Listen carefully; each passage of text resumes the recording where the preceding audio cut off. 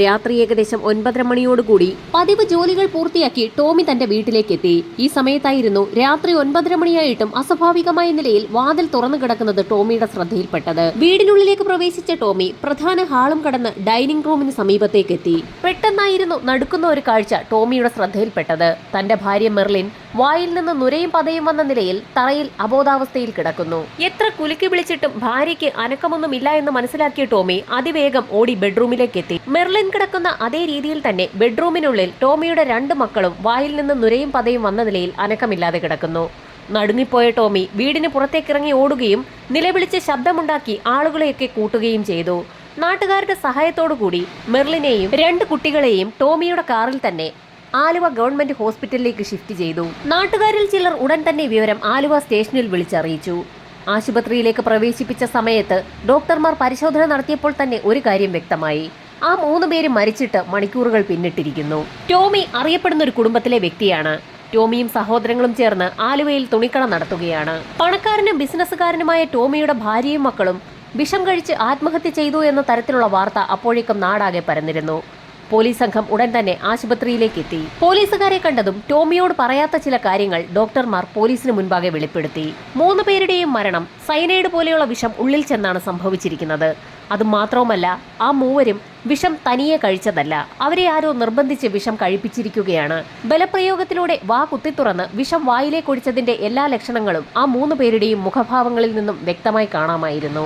അതിന്റെ എല്ലാ ലക്ഷണങ്ങളും അവരുടെ ശരീരത്തിൽ ഉണ്ടായിരുന്നു എന്നും ഡോക്ടർ വ്യക്തമായി തന്നെ പോലീസിന് മൊഴി നൽകി. ആ 3 പേരുടെയും മുഖത്ത് ആരോ അതിശക്തമായി അമർത്തിയതിന്റെ കൈയടയാളങ്ങളും കാണാം. സംഭവിച്ചിരിക്കുന്നത് അതിക്രൂര കൊലപാതകമാണെന്ന് ലോക്കൽ പോലീസ് വിവരമറിയിച്ചതിനെ തുടർന്ന് സർക്കിൾ ഇൻസ്പെക്ടറും ഡിവൈഎസ്പിയും അടങ്ങുന്ന സംഘം ആശുപത്രിയിലേക്ക് എത്തി. ഉന്നത ഉദ്യോഗസ്ഥരുടെ നേതൃത്വത്തിൽ ഇൻക്വസ്റ്റ് നടപടികൾ ആരംഭിച്ചു. ഇൻക്വസ്റ്റ് നടപടികൾ പുരോഗമിക്കുന്ന സാഹചര്യത്തിൽ ഡോക്ടർ സാക്ഷ്യപ്പെടുത്തിയ കാര്യങ്ങൾ 100% ശരിയാണെന്ന് തെളിഞ്ഞു. ആ 3 പേരുടെയും മുഖത്ത് ശക്തമായി ആരോ പ്രസ് ചെയ്തതിന്റെ അടയാളങ്ങളുണ്ട്. 3 പേരുടെയും മൃതദേഹങ്ങൾക്ക് നീല നിറമായി തുടങ്ങിയിട്ടുണ്ട്. അതിന്റെ അർത്ഥം വിഷം ഉള്ളിലേക്ക് കടന്നിട്ട് മണിക്കൂറുകൾ പിന്നിട്ടു എന്നാണെന്ന് ഡോക്ടർ പോലീസുകാർക്ക് മൊഴി നൽകി. ടോമി ആ വീട്ടിലേക്ക് എത്തിയത് 9:30 മണിയോടുകൂടിയായിരുന്നു. അങ്ങനെയെങ്കിൽ മരണം സംഭവിച്ചത് ഏകദേശം 7:30 മണിയോടുകൂടി ആയിരിക്കാമെന്ന് പോലീസ് നിഗമനത്തിലെത്തി. ഇതിനിടയിൽ സർക്കിൾ ഇൻസ്പെക്ടറിന്റെ നിർദ്ദേശപ്രകാരം ഒരു സംഘം പോലീസുകാർ ടോമിയുടെ വീട്ടിലേക്ക് എത്തുകയും തെളിവുകളൊന്നും തന്നെ നശിപ്പിക്കപ്പെടാതിരിക്കുന്നതിനായി ആ വീട് പൂർണ്ണമായും സീൽ ചെയ്യുകയും ചെയ്തു. ടോമിയുടെ വീടിന് 2 പോലീസുകാരെ കാവൽ നിർത്തിയ ശേഷം അവിടെ കൂടി നിന്ന നാട്ടുകാരോടെല്ലാം തൊട്ടടുത്ത ദിവസം അതിരാവിലെ തന്നെ അവിടേക്ക് എത്തണമെന്ന് പോലീസ് നിർദ്ദേശം നൽകി. തൊട്ടടുത്ത ദിവസം 10 മണിയോടുകൂടി ഡോഗ് സ്ക്വാഡുമായി പോലീസ് സംഘം സംഭവസ്ഥലത്തേക്ക് എത്തി. വീടിനകമൊക്കെ മണം പിടിച്ചു നോക്കിയ പോലീസ് നായയ്ക്ക് ഗേറ്റ് വരെ ഓടാൻ മാത്രമേ കഴിഞ്ഞുള്ളൂ. തലേ ദിവസം നല്ല മഴയായതുകൊണ്ട് തന്നെ കൂടുതൽ ദൂരം ഓടാനോ പ്രത്യേകിച്ച് ഒരു തെളിവും നൽകാനോ ആ പോലീസ് നായയ്ക്ക് കഴിഞ്ഞില്ല. ഇതേ സമയം തന്നെ വീടിനുള്ളിൽ ഫോറൻസിക് സംഘത്തിന്റെ വിശദമായ പരിശോധന ആരംഭിച്ചു. വീടിനുള്ളിൽ മൃതദേഹങ്ങൾ കിടന്ന സ്ഥലം നാട്ടുകാരുടെ സഹായത്തോടുകൂടി പോലീസ് സംഘം മാർക്ക് ചെയ്തു. ആ സമയത്തും അവരുടെ വായിൽ നിന്ന് വീണ നുരയും പതയും ആ വീടിനുള്ളിൽ തങ്ങി നിൽക്കുന്നുണ്ടായിരുന്നു. അവയൊക്കെ ഫോറൻസിക് സംഘം വിശദമായി തന്നെ ശേഖരിച്ചു. വീടിനുള്ളിൽ വിശദമായ പരിശോധന നടത്തുന്നതിനിടയിലായിരുന്നു ഫോറൻസിക് സംഘത്തിന്റെ കണ്ണിൽ ഡൈനിങ് ടേബിളിന് മുകളിലിരിക്കുന്ന ഒരു ഗ്ലാസ് ശ്രദ്ധയിൽപ്പെടുന്നത്. തലേ ദിവസം രാത്രിയിൽ ആ ഗ്ലാസ് ഉപയോഗിച്ചതിന്റെ എല്ലാ ലക്ഷണങ്ങളും ഉണ്ടായിരുന്നു. വിരലടയാളം ശേഖരിക്കുന്നതിനായി ആ ഗ്ലാസ് തെളിവിലേക്കായി എടുത്തു. ഫോറൻസിക് സംഘത്തിന്റെ പരിശോധന വീടിനുള്ളിൽ സജീവമാകുന്ന സാഹചര്യത്തിൽ തന്നെ മെഡിക്കൽ കോളേജിൽ ആ 3 മൃതദേഹങ്ങളുടെയും പോസ്റ്റ്മോർട്ടം നടപടികൾ പുരോഗമിക്കുകയായിരുന്നു. മെർലിന്റെ മൃതശരീരം പോസ്റ്റ്മോർട്ടം ചെയ്ത സമയത്ത് ചില നിർണായക തെളിവുകൾ പോലീസിന് ലഭിച്ചു. ഡോക്ടർമാർ ചില പ്രത്യേക കാര്യങ്ങൾ പോലീസിനോട് പറഞ്ഞു. മെർലിന്റെ പല്ലിൽ രക്തം പറ്റിപ്പിടിച്ചിട്ടുണ്ട്. മരിക്കുന്നതിന് മുൻപ് മെർലിൻ ആരെയോ കടിച്ചിട്ടുണ്ടെന്ന് അതിൽ നിന്ന് വ്യക്തമാണ്. രക്ഷപ്പെടുന്നതിനായി മെർലിൻ ഒരു ശ്രമം നടത്തിയിരിക്കുകയാണ്. 1-ലധികം തവണ മെർലിൻ ഏതോ വ്യക്തിയെ കടിച്ചിട്ടുണ്ടെന്ന് അവളുടെ വാ തുറന്ന് പരിശോധിച്ച ഡോക്ടർക്ക് വ്യക്തമായി. അത് മാത്രവുമല്ല, 3 പേരുടെയും വാ ബലപ്രയോഗത്തിലൂടെ വലിച്ചു തുറന്നതിന് ശേഷമാണ് വിഷമകത്തേക്ക് ഒഴിച്ചിരിക്കുന്നത്. അത് സയനൈഡ് ആണെന്നും പോസ്റ്റ്മോർട്ടത്തിൽ തെളിഞ്ഞു. മരണം സംഭവിച്ചിരിക്കുന്നത് 7:30ക്കും 8:30ക്കും ഇടയിലാണ്. പോലീസ് സംഘം ഉടൻ തന്നെ സയനൈഡ് ഉപയോഗിക്കുന്ന ആളുകളെ കേന്ദ്രീകരിച്ച് ഒരു അന്വേഷണം നടത്തി. സാധാരണയായി സ്വർണ്ണപ്പണിക്കാർ അല്ലെങ്കിൽ തട്ടാന്മാരൊക്കെയാണ് സയനൈഡ് ഉപയോഗിക്കുന്നത്. അങ്ങനെയുള്ള ആർക്കെങ്കിലും ഈ കൊലപാതകവുമായി ബന്ധമുണ്ടോ എന്നൊന്ന് അന്വേഷിക്കാൻ തന്നെ പോലീസ് തീരുമാനിച്ചു. ഇതേസമയം തന്നെ ടോമിയെക്കുറിച്ചും അയാളുടെ ബിസിനസ് ബന്ധങ്ങളെക്കുറിച്ചും ബന്ധുക്കളെയും നാട്ടുകാരെയും ഒക്കെ കുറിച്ച് ഒരു അന്വേഷണം നടത്താൻ പോലീസ് പ്രത്യേകം ലിസ്റ്റ് തയ്യാറാക്കി. പോലീസിന് പ്രധാനമായും അറിയേണ്ട ഒരു കാര്യം ടോമിയുടെ വീടിനുള്ളിൽ സംഭവം നടന്ന ദിവസം മോഷണം നടന്നിട്ടുണ്ടോ എന്നുള്ളതായിരുന്നു. മോഷണ ശ്രമങ്ങൾക്കിടയിലുണ്ടായ കൊലപാതകമാണോ എന്നറിയണമെങ്കിൽ വീട്ടിൽ നിന്ന് എന്തെങ്കിലും നഷ്ടപ്പെട്ടിട്ടുണ്ടോ എന്നറിയണം. അതറിയാവുന്ന ഒരേയൊരു വ്യക്തി ടോമി ആയതുകൊണ്ട് തന്നെ ടോമിയോട് വിശദ വിവരങ്ങൾ തിരക്കാൻ പോലീസ് തീരുമാനിച്ചു. ഇതേസമയം മെഡിക്കൽ കോളേജിൽ പോസ്റ്റ്മോർട്ടം പൂർത്തിയാക്കി മെർലിന്റെയും മക്കളുടെയും മൃതദേഹം ബന്ധുക്കൾക്ക് വിട്ടു നൽകി. നിരവധി ആളുകളാണ് സംസ്കാര ചടങ്ങുകളിൽ പങ്കെടുക്കാനെത്തിയത്. ഈ സമയത്ത് മഫ്തിയിൽ വേഷം മാറിയ പോലീസ് സംഘം മറ്റുള്ള ആളുകളെയൊക്കെ നിരീക്ഷിക്കുന്നതിനായി അവിടെ ഉണ്ടായിരുന്നു. സംസ്കാര ചടങ്ങുകൾ പൂർത്തിയാക്കിയ സമയത്ത് ടോമിയുടെ അടുത്തേക്ക് പോലീസ് സംഘം എത്തുകയും ആ വീട്ടിൽ മോഷണം നടന്നിട്ടുണ്ടോ എന്നുള്ള കാര്യം അന്വേഷിക്കുകയും ചെയ്തു. പോലീസിന്റെ നിർദ്ദേശമനുസരിച്ച് ടോമി വീടിനുള്ളിലൊക്കെ ഒരു പരിശോധന നടത്തി. പരിശോധനയിൽ ടോമിക്ക് ഒരു കാര്യം വ്യക്തമായി. ആഭരണങ്ങൾ ഇരിക്കുന്ന കൂട്ടത്തിൽ നിന്നും തന്റെ ഭാര്യ മെർലിന് വളരെയേറെ ഇഷ്ടപ്പെട്ട ഒരു മാല മാത്രം മിസ്സായിട്ടുണ്ട്. അക്കാര്യം ഉടൻ തന്നെ ടോമി പോലീസിനെ അറിയിക്കുകയും ചെയ്തു. എന്നാൽ പോലീസിന് അത് കേട്ട് ശരിക്കും അമ്പരപ്പാണുണ്ടായത്. മോഷണം നടത്താനെത്തിയ കള്ളൻ അല്ലെങ്കിൽ കള്ളന്മാർ എന്തുകൊണ്ടാകാം നിരവധി ആഭരണങ്ങൾ അവിടെ ഇരുന്നിട്ടും അതിൽ നിന്നും ഒരു മാല മാത്രം മോഷ്ടിച്ചതെന്നായിരുന്നു പോലീസിന്റെ സംശയം. ടോമിയോട് കൂടുതൽ കാര്യങ്ങൾ പോലീസ് സംഘം അന്വേഷിച്ചറിഞ്ഞു. ബിസിനസ്സിൽ ടോമിക്ക് പറയത്തക്ക ശത്രുക്കളൊന്നും ഇല്ല എന്ന് അയാൾ പോലീസിന് മൊഴി നൽകി. പോലീസ് സംഘം ഉടൻ തന്നെ മറ്റുള്ള ആളുകളെയൊക്കെ ചോദ്യം ചെയ്യാൻ തുടങ്ങി. അയൽവാസികളെയൊക്കെ വിശദമായി തന്നെ പോലീസ് സംഘം ചോദ്യം ചെയ്തു. പോലീസിന് അറിയേണ്ടിയിരുന്നത് സംഭവം നടന്ന ദിവസം 7 മണിക്ക് ശേഷം ആ വീട്ടിൽ അസ്വാഭാവികമായ നിലയിൽ ആരെയെങ്കിലും നാട്ടുകാർ കണ്ടിട്ടുണ്ടോ എന്നുള്ളതായിരുന്നു. പലരെയും ചോദ്യം ചെയ്ത കൂട്ടത്തിൽ ഒരാൾ ഒരു കാര്യം പോലീസിനോട് പറഞ്ഞു. സംഭവം നടന്ന ദിവസം വൈകുന്നേരം ഏകദേശം 6:30 മണിയോടുകൂടി ടോമിയുടെ സഹോദരൻ ഫ്രാൻസിസിന്റെ ഭാര്യ അമ്മിണി ആ വീടിന്റെ ഭാഗത്തുള്ള റോഡിൽ കൂടി നടന്നു പോകുന്നത് ഒരു അയൽവാസി കണ്ടിരുന്നു. ആ സമയത്ത് എവിടെ പോവുകയാണെന്ന് ചോദിച്ച സമയത്ത് ആശുപത്രി വരെ പോവുകയാണെന്ന് അമ്മിണി മറുപടി പറയുകയും ചെയ്തു. ഈ സമയത്ത് ടോമിയുടെ വീടിന്റെ എതിർവശത്ത് താമസിക്കുന്ന ഒരു അയൽവാസി പോലീസിന് മറ്റൊരു മൊഴിയും നൽകി. ഏകദേശം 8 മണിയോടുകൂടി അതിശക്തമായ മഴ പെയ്യുന്ന സമയത്ത് ടോമിയുടെ വീടിന്റെ ഭാഗത്തുള്ള റോഡിൽ കൂടി മഴ നനഞ്ഞുകൊണ്ട് ഒരു പുരുഷൻ നടന്നു പോകുന്നത് കണ്ടു. ശക്തമായ മഴയായതുകൊണ്ട് അതാരായിരുന്നു എന്നുള്ള കാര്യം അയൽവാസിക്ക് വ്യക്തമായി മനസ്സിലാക്കാൻ കഴിഞ്ഞില്ല. 4 വർഷങ്ങൾക്ക് മുൻപ് മരിച്ചുപോയ ടോമിയുടെ സഹോദരൻ ഫ്രാൻസിസിന്റെ ഭാര്യയാണ് അമ്മിണി. അതുകൊണ്ട് തന്നെ അയൽവാസിയായ അമ്മിണിയെ പോലീസ് സംഘം ഒന്ന് ചോദ്യം ചെയ്തു. സംഭവം നടന്ന ദിവസം മെർലിനെയും 2 കുട്ടികളെയും അമ്മിണി കണ്ടിട്ടുണ്ടായിരുന്നില്ല. എന്നാൽ വൈകുന്നേരം ഏകദേശം 6:30 മണിയോടുകൂടി ടോമിയുടെ വീടിന് സമീപത്തുള്ള റോഡിലൂടെ നടന്ന് അമ്മിണി തരകൻസ് ഹോസ്പിറ്റൽ വരെ പോയിട്ടുണ്ട്. പോകുന്ന വഴി അവരക്കാര്യം തൊട്ടടുത്തുള്ള അയൽവാസിയെ അറിയിക്കുകയും ചെയ്തിട്ടുണ്ട്.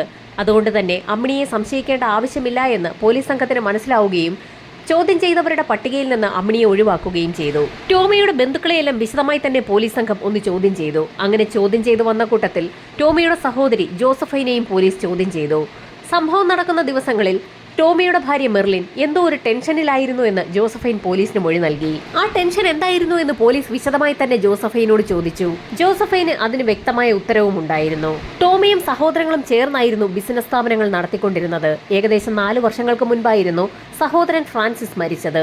അതിനുശേഷമുള്ള ലാഭവിഹിതം കൃത്യമായും ഫ്രാൻസിസിന്റെ ഭാര്യയായ അമ്മിണിക്ക് ടോമി നൽകാറുണ്ടായിരുന്നു. എന്നാൽ ആ തുക കുറവാണെന്ന് പറഞ്ഞുകൊണ്ട് അമ്മിണി പലപ്പോഴും ടോമിയുടെ വീട്ടിലെത്തി മെർലിനുമായി വഴക്കുണ്ടാക്കാറുണ്ടായിരുന്നു. അമ്മിണിയും മെർലിനും തമ്മിൽ വഴക്കുണ്ടാക്കുന്നത് എപ്പോഴെങ്കിലും ജോസഫൈൻ കണ്ടിട്ടുണ്ടോ എന്നുള്ളതായിരുന്നു പോലീസിന്റെ അടുത്ത ചോദ്യം. സംഭവം നടക്കുന്നതിന് ഏതാനും ദിവസങ്ങൾക്ക് മുൻപ് ജോസഫൈൻ ടോമിയുടെ വീട്ടിലേക്ക് വന്നിട്ടുണ്ടായിരുന്നു. ആ സമയത്ത് അമ്മിണിയും അയാൾക്കൊപ്പം ഒരാളും ടോമിയുടെ വീട്ടിലുണ്ടായിരുന്നു. ജോസഫൈനെ കണ്ടപ്പോൾ തന്നെ അമ്മിണി ഒന്ന് അമ്പരക്കുന്നത് ജോസഫൈന്റെ ശ്രദ്ധയിൽപ്പെട്ടിരുന്നു. എന്നാൽ ജോസഫൈനെ അപ്രതീക്ഷിതമായി ടോമിയുടെ വീട്ടിൽ കണ്ട അമ്മിണി ഉടൻ തന്നെ മെർലിനോട് വിശേഷങ്ങളൊക്കെ ചോദിച്ചറിഞ്ഞ ശേഷം അവിടെ നിന്ന് ഒപ്പം വന്ന ആളിനൊപ്പം തിരക്കിട്ട് പോവുകയും ചെയ്തു. അമ്മിണിയെക്കുറിച്ചുള്ള കാര്യങ്ങൾ വിശദമായി അന്വേഷിക്കാൻ ടോമിയെ പോലീസ് സംഘം വിളിച്ചു വരുത്തി. അമ്മിണിയും മരിച്ചുപോയ ടോമിയുടെ ഭാര്യ മെർലിനും തമ്മിൽ എന്തെങ്കിലും ശത്രുതയുണ്ടോ എന്നുള്ള കാര്യം പോലീസ് സംഘം അയാളോട് ചോദിച്ചു.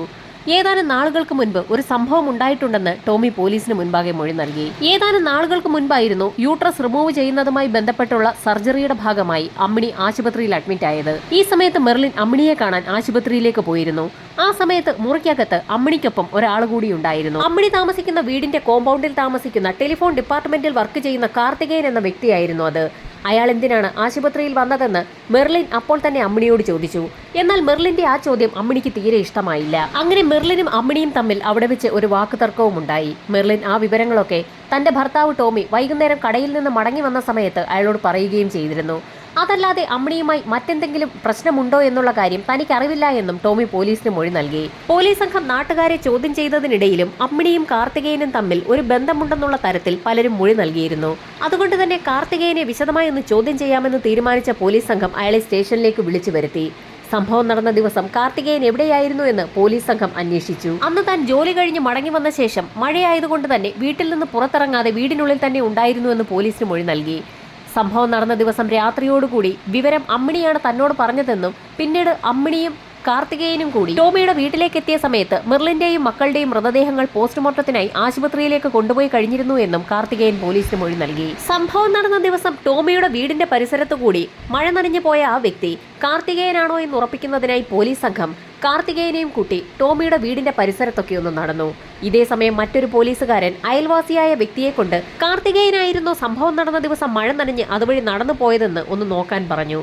പക്ഷേ ഒറ്റ നോട്ടത്തിൽ തന്നെ അയാൾ അത് കാർത്തികേയനായിരുന്നില്ല എന്നും കാർത്തികേയനെ തനിക്ക് കണ്ടാൽ മനസ്സിലാകുമെന്നും പോലീസിന് മൊഴി നൽകി. ഒരു പിടിവള്ളി കിട്ടിയെന്ന് ആശ്വസിച്ചിരുന്ന പോലീസ് സംഘം വീണ്ടും നിരാശരായി. ഈ സമയത്തായിരുന്നു മെർലിന്റെയും മക്കളുടെയും ആന്തരിക അവയവങ്ങളുടെ പരിശോധനാ റിപ്പോർട്ട് പുറത്തു വന്നത്. പൊട്ടാസ്യം സയനൈഡ് തന്നെയാണ് അകത്ത് ചെന്നിരിക്കുന്നതെന്ന് റിപ്പോർട്ടിൽ നിന്ന് വ്യക്തമായി. അന്വേഷണം ആകെ വഴിമുട്ടി നിൽക്കുന്ന സമയത്താണ് നാട്ടുകാർ പറഞ്ഞ മൊഴിയൊക്കെ വിശദമായി ഒന്നുകൂടി പരിശോധിക്കാൻ പോലീസ് സംഘം തീരുമാനിച്ചത്. നാട്ടുകാർ നൽകിയ മൊഴി എത്രത്തോളം വിശ്വാസയോഗ്യമാണെന്ന് കണ്ടെത്തുന്നതിനായി ഒരു സംഘം പോലീസുകാരെ നിയോഗിച്ചിട്ടുണ്ടായിരുന്നു. അവരുടെ റിപ്പോർട്ട് ഉടൻ തന്നെ പുറത്തു വന്നു. നാട്ടുകാർ പറഞ്ഞിരിക്കുന്ന മൊഴികളൊക്കെ വളരെ കൃത്യമാണ്. എന്നാൽ ഒരാളുടെ മൊഴി മാത്രം കളവാണെന്നും പോലീസ് കണ്ടെത്തി. അത് അമ്മിണിയുടെ മൊഴിയാണ്. സംഭവം നടന്ന ദിവസം വൈകുന്നേരം 6:30 മണിയോടുകൂടി സമീപത്തുണ്ടായിരുന്ന തരകൻസ് ഹോസ്പിറ്റലിലേക്ക് അമ്മിണി പോയിരുന്നു എന്ന് അവർ പോലീസിന് മൊഴി നൽകിയിട്ടുണ്ടായിരുന്നു. എന്നാൽ തരകൻസ് ഹോസ്പിറ്റലിൽ നടത്തിയ അന്വേഷണത്തിൽ അന്ന് വൈകുന്നേരം 6:30 മണിക്ക് ശേഷം അമ്മിണി ഹോസ്പിറ്റലിൽ എത്തിയിട്ടില്ല എന്ന് പോലീസ് കണ്ടെത്തി. അമ്മിണിയെ വിശദമായി ചോദ്യം ചെയ്യാൻ തീരുമാനിച്ച പോലീസ് സംഘം അവരുടെ വീട്ടിലേക്ക് എത്തി.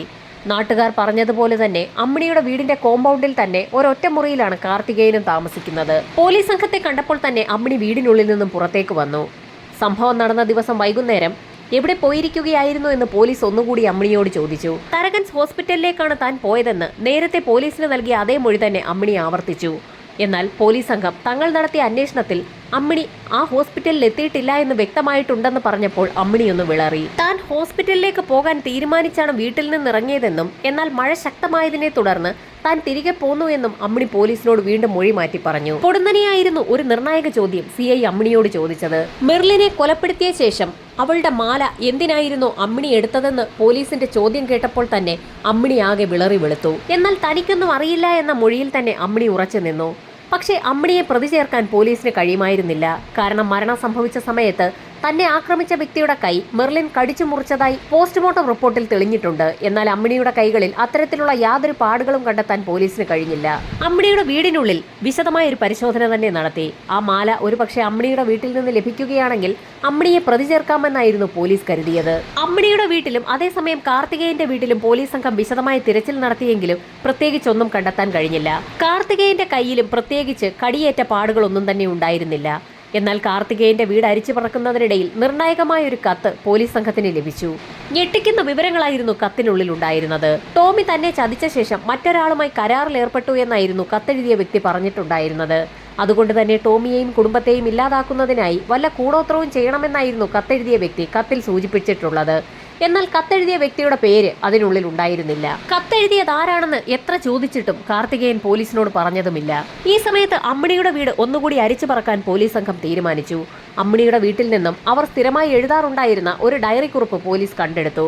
ഡയറിയിലെ കൈയക്ഷരവും കാർത്തികേയന്റെ വീട്ടിൽ നിന്ന് ലഭിച്ച കത്തിലെ കൈയക്ഷരവും ഏകദേശം ഒരുപോലെയാണെന്ന് മനസ്സിലാക്കിയ പോലീസ് സംഘം അത് വിദഗ്ധ പരിശോധനയ്ക്ക് അയക്കാൻ തീരുമാനിച്ചു. ഇതോടൊപ്പം തന്നെ അമ്മിണിയെയും കാർത്തികേയനെയും വിശദമായി ചോദ്യം ചെയ്യുന്നതിനായി ആലുവ പോലീസ് ക്ലബിലേക്ക് വിളിച്ചു വരുത്തി. ചോദ്യം ചെയ്യലിൽ അമ്മിണി ചില കാര്യങ്ങളൊക്കെ തുറന്നു പറഞ്ഞു. ഏതാനും നാളുകൾക്ക് മുൻപ് സ്കൂൾ തുറക്കുന്ന ഒരു സമയത്ത് തന്റെ മകന് ഒരു കോട്ട് തയ്പ്പിക്കുന്നതിന് തുണിയെടുക്കുന്നതിനായി ടോമിയുടെ തുണിക്കടയിലേക്ക് അമ്മിണി പോയിരുന്നു. സിൽക്ക് കൊണ്ടുള്ള ഒരു കോട്ട് തയ്പ്പിക്കുന്നതിനായിരുന്നു അമ്മിണി തുണിയെടുക്കാൻ പോയത്. എന്നാൽ അതിനൊക്കെ വലിയ വിലയാകുമെന്നും കുറഞ്ഞ ഏതെങ്കിലും തുണി എടുത്തുകൊണ്ട് പൊക്കോളാനെന്നും ടോമി അമ്മിണിയോട് പറഞ്ഞു. തനിക്ക് സിൽക്കിന്റെ തുണി തന്നെ വേണമെന്ന് അമ്മിണി വാശി പിടിച്ചപ്പോൾ കടയിൽ കൂടി നിന്ന ആളുകളൊക്കെ കേൾക്കെ പരസ്യമായി ടോമി അമ്മിണിയെ അപമാനിക്കുകയും ചെയ്തു.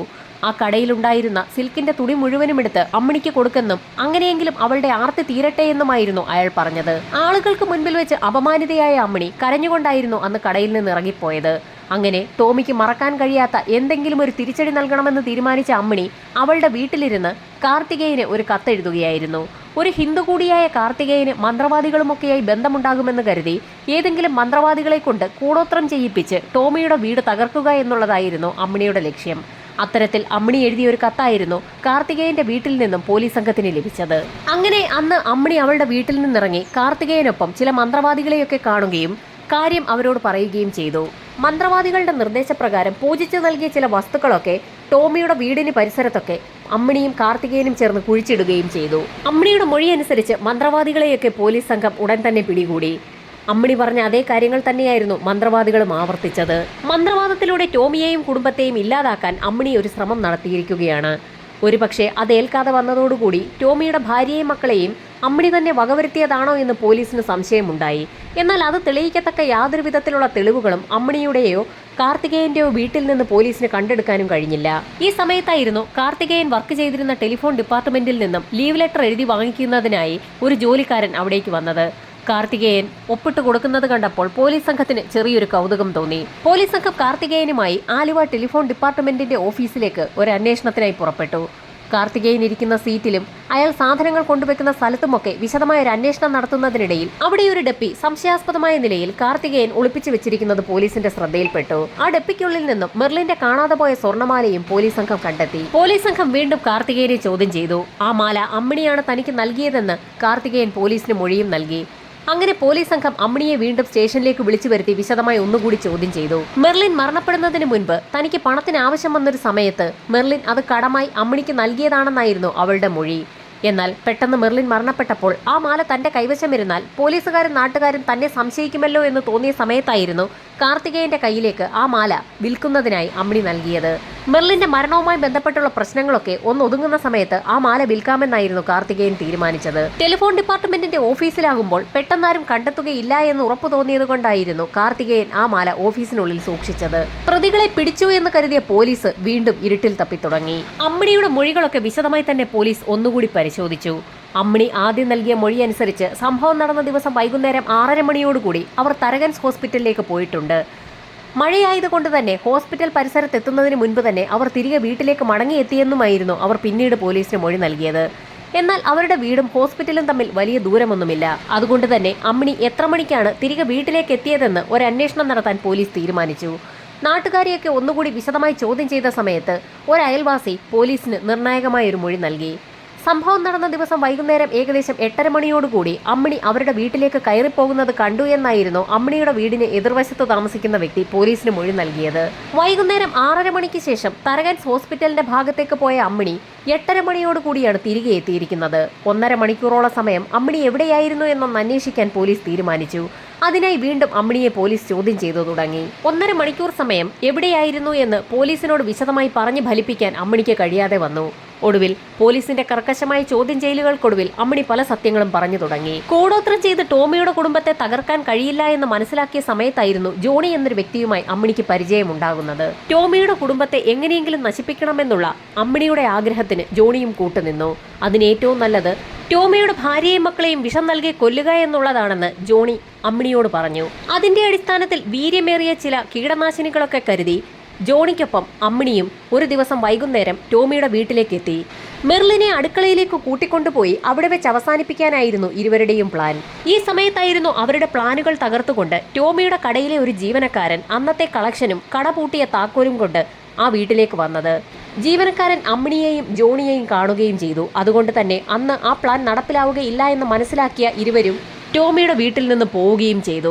ടോമിയെയും കുടുംബത്തെയും ഇല്ലാതാക്കിയാൽ വലിയൊരു തുക പ്രതിഫലമായി നൽകാമെന്ന് അമ്മിണി ജോണിക്ക് വാക്ക് നൽകിയിരുന്നു. അതുകൊണ്ട് തന്നെ ആ പ്ലാൻ എങ്ങനെയെങ്കിലും നടപ്പിലാക്കണമെന്ന് തീരുമാനിച്ച ജോണി തോമസ് എന്നൊരു വ്യക്തിയെ കൂടി കൂടെ കൂട്ടാൻ തീരുമാനിച്ചു. തോമസിന്റെ ഐഡിയ പ്രകാരം എക്കാലക്സും മറ്റൊരു കീടനാശിനിയും കൂടി ചേർത്ത് ആളുകൾക്ക് നൽകിക്കഴിഞ്ഞാൽ അവരുടൻ മരണപ്പെടുമെന്ന് കേട്ടതോടുകൂടി ജോണി അത് സംഘടിപ്പിച്ചു. അങ്ങനെ അമ്മിണിക്കൊപ്പം ജോണിയും തോമസും കൂടി ചേർന്നു. പ്ലാൻ നടപ്പിലാക്കാൻ തീരുമാനിച്ച ആ മൂവർ സംഘം അതിനായി ഒരു ദിവസം തിരഞ്ഞെടുക്കുകയും ടോമിയുടെ വീട്ടിലേക്ക് എത്തുകയും ചെയ്തു. അതൊരു വൈകുന്നേരമായിരുന്നു. ആദ്യം ആ വീടിനുള്ളിലേക്ക് നടന്നു പോയത് അമ്മിണിയായിരുന്നു. അതിനുശേഷം അമ്മിണിയെ കാണാനെന്ന വ്യാജേന ജോണിയും അകത്തേക്ക് കയറി. ഈ സമയത്തായിരുന്നു അവരുടെ പ്ലാനുകൾ തെറ്റിച്ചുകൊണ്ട് വീടിനുള്ളിൽ ജോസഫൈൻ ഉണ്ടെന്നുള്ള കാര്യം അമ്മിണിക്ക് മനസ്സിലായത്. അമ്മിണിയുടെ മരിച്ചുപോയ ഭർത്താവിന്റെ സഹോദരി കൂടിയാണ് ജോസഫൈൻ. അതുകൊണ്ട് തന്നെ ഒന്നും സംഭവിക്കാത്തതുപോലെ അമ്മിണി ഇരുവരോട് സംസാരിച്ച ശേഷം അവിടെ നിന്നും ധൃതിയിൽ പുറത്തു പോവുകയും ചെയ്തു. ഗേറ്റിന് പുറത്ത് പതുങ്ങി നിൽക്കുകയായിരുന്ന തോമസും അവർക്കൊപ്പം കൂടി. അങ്ങനെ 2 തവണയായിരുന്നു ടോമിയെയും കുടുംബത്തെയും ഇല്ലാതാക്കാനുള്ള അമ്മിണിയുടെ പ്ലാൻ പൊളിഞ്ഞത്. അങ്ങനെ അവരെല്ലാവരും കൂടി അമ്മിണിയുടെ വീട്ടിൽ ഒത്തുകൂടി. കാർത്തികേയനും അവർക്കൊപ്പം കൂടി. സൈനൈഡ് കൊടുത്ത് ആളുകളെ വേഗത്തിൽ കൊല്ലാൻ കഴിയുമെന്നുള്ള നിർദ്ദേശം കാർത്തികേയനായിരുന്നു മുൻപോട്ട് വെച്ചത്.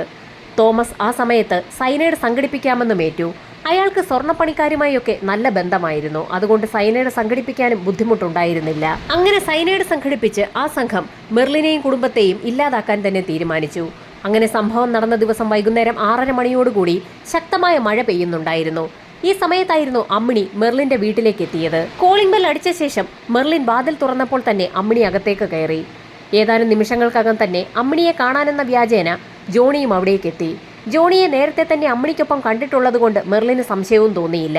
കുടിക്കാൻ അല്പം വെള്ളം വേണമെന്ന് ജോണി ആവശ്യപ്പെട്ടപ്പോൾ തന്നെ മെർലിൻ അടുക്കളയിലേക്ക് പോയി. ഈ സമയത്ത് ആരുമറിയാതെ തോമസും അവിടേക്ക് എത്തി. അടുക്കളയിൽ വെള്ളമെടുക്കുകയായിരുന്ന മെർലിന്റെ അടുത്തേക്ക് ജോണിയും തോമസും കൂടി ചെന്നു. മെർലിൻ തിരിഞ്ഞു നോക്കിയ സമയത്ത് പെട്ടെന്നായിരുന്നു 2 ചെറുപ്പക്കാർ തനിക്ക് മുൻപിൽ നിൽക്കുന്നത് മെർലിൻ കണ്ടത്. അമ്പരന്ന് പോയ മെർലിന്റെ കയ്യിൽ നിന്നും വെള്ളവും ഗ്ലാസും ജോണി പിടിച്ചു വാങ്ങി തൊട്ടടുത്തുണ്ടായിരുന്ന ടേബിളിലേക്ക് വെക്കുകയായിരുന്നു.